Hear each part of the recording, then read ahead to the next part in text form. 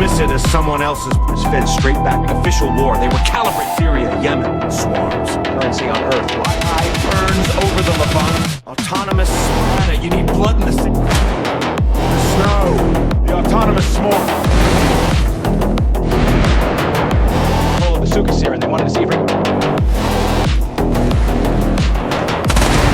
The Shadow Doctrine. From Munich to the Middle East. An inescapable cycle. Most people sleep soundly because they believe wars fought over borders or ideologies. They think what happens over there stays over there. They're wrong. What's happening in the sand right now isn't a regional conflict, it's a dress rehearsal. And we've seen this exact play before. Spain, 1936, the world called it more a localized politics.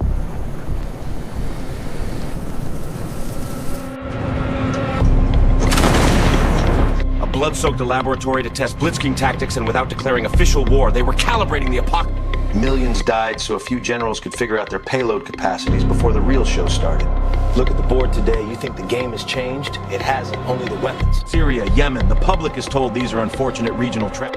Wrong again. They are live fire testing grounds. In swarms. Electing warfare that blinds entire cities. The superpowers aren't just selling weapons. They are calibrating them against live targets. It's the Spanish dress rehearsal all over again, and nobody is paying attention. I didn't believe it either until I saw the after-action reports. The correlation is perfect. An 80-year-old playbook executed with microchips instead of vacuum. They are perfectly calibrating their arsenals, preparing for the primary ignition. They call them rebels, freedom fighters, insurgents. But a militia of goat herders doesn't spontaneously invent encrypted swarm. They are given the toys. Plausible deniability. And in return, the defense contractors get the most valuable currency on Earth, live telemetry. It's the exact same deal they made in 36.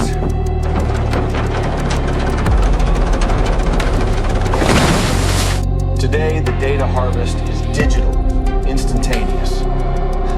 Every drone strike, every jammed radar, every intercepted comm is fed straight back into the algorithms in Washington, Beijing, and Moscow. And while the sky burns over the Levant, the rest of the world scrolls past it. They dismiss it as someone else's problem. A distant tragedy on a continent they can't point to on a map. But you know better. You see the board. The problem with dress rehearsals Is that eventually the curtain has to rise. It's not just about building a better bomb anymore, it's about building a better brain. Autonomous swarms.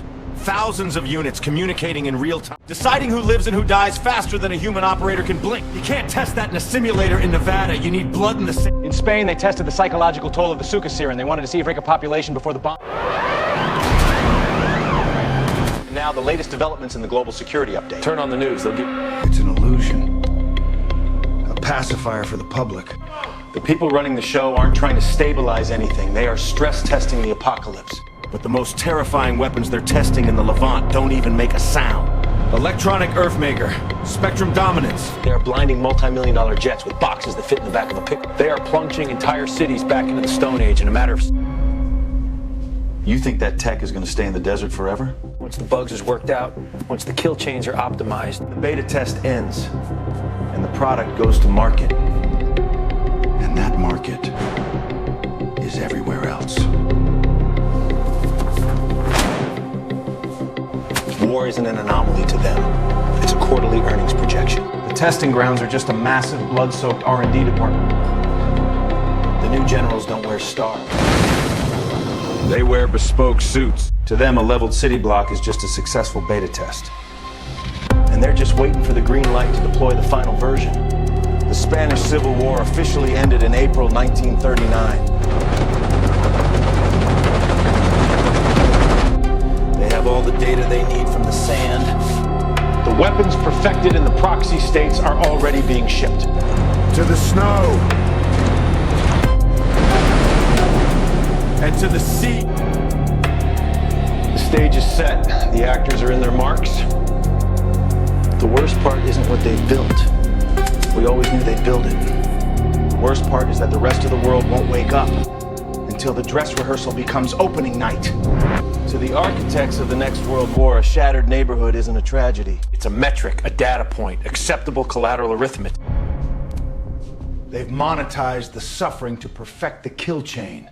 But the bombs and the drones are only half the equation. They are also testing weapons of mass deception. algorithmic psyops, deepfakes, injecting panic and division directly into the target population's pocket. Because the ultimate high ground isn't orbit anymore, it's the human mind. They figured this out in Spain, too! Test the radio propaganda on a divided population. See how fast the lies can travel before it puts its boots on. And here is the final classified result of the dress rehearsal. They've taken the human out of the loop. The algorithms they fed with Middle Eastern blood Are now sitting in the general's chair. History class is over.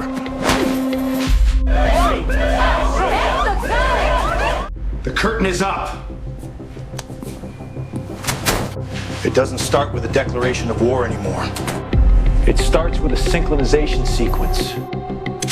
And there's no pausing the simulation. The hypersonic gliders. The grid blackouts. The autonomous swarms. Everything they learned in the desert is coming home. In 1939, the world acted surprised when the bombs fell. They shouldn't have been. They watched the dress rehearsal for 3 years.